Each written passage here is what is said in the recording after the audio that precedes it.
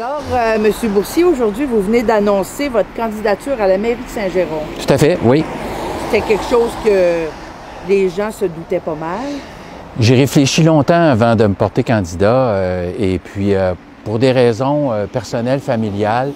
Il y a la COVID aussi qui a fait qu'on se remet toujours un peu en question, mais j'ai pris ma décision il y a quelques jours à peine. Là, et j'ai décidé d'aller de l'avant avec une nouvelle proposition politique à Saint-Jérôme, un nouveau parti, Avenir Saint-Jérôme. Qu'est-ce qui vous a décidé à poser votre candidature? Vous avez dit que vous avez hésité longtemps, mais qu'est-ce qui a fait que... Bien, il y a un paquet de facteurs. En fait, j'ai encore l'âge de m'impliquer en politique et puis j'ai le goût de changer des choses. Et puis, c'est aussi de proposer aux gens de Saint-Jérôme un changement de culture politique.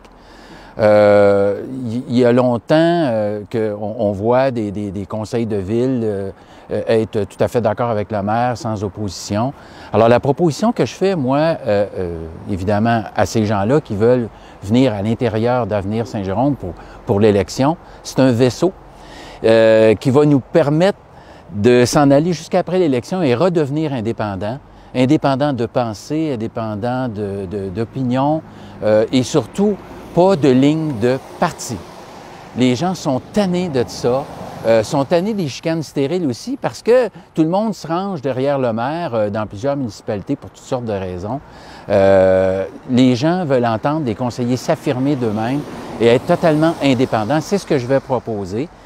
Donc, pour l'élection, des gens vont adhérer à Avenir Saint-Jérôme pour ne pas avoir de ligne de parti. Et après l'élection, le parti politique proprement dit, le vaisseau va être mis au rencard pour que chacun des conseillers municipaux, conseillères, représente dignement. Et vraiment, chacun d'entre eux représente, avec toutes les opinions que ça implique, leur propre quartier.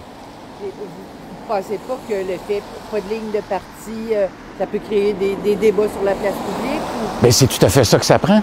Okay. Ça prend des débats sur la place publique, mais des débats sans insultes, sans criage de nom. D'ailleurs, à chaque campagne que j'ai faite, soit en 2016, en 2018, je m'étais imposé déjà, comme ancien enseignant, de jamais critiquer personne sur la place publique pour des raisons justement personnelles. Là.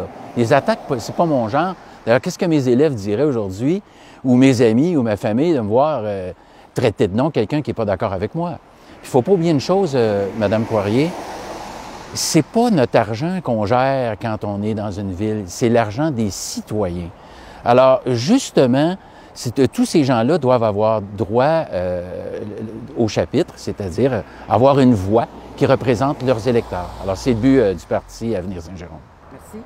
Bien, je vous remercie. Puis, encore une fois, il y a une dernière chose que je voudrais dire.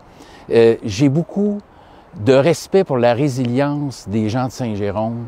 On est tous dans le même bateau avec la pandémie puis les restrictions sanitaires, mais je voudrais saluer leur patience. Derrière nous, là, il y a le IGA qui est là, puis on voit les gens qui vont faire leur épicerie.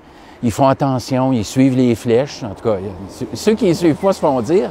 Mais je souhaite un jour, là, quand ça va être fini, qu'on puisse se réunir tous ensemble puis qu'on ait toute une fête, tout ensemble. Et puis, en tout cas, c'est la grâce que je nous souhaite parce que c'est pas facile, mais je veux saluer leur patience, leur résilience. Merci. Santé à vous autres.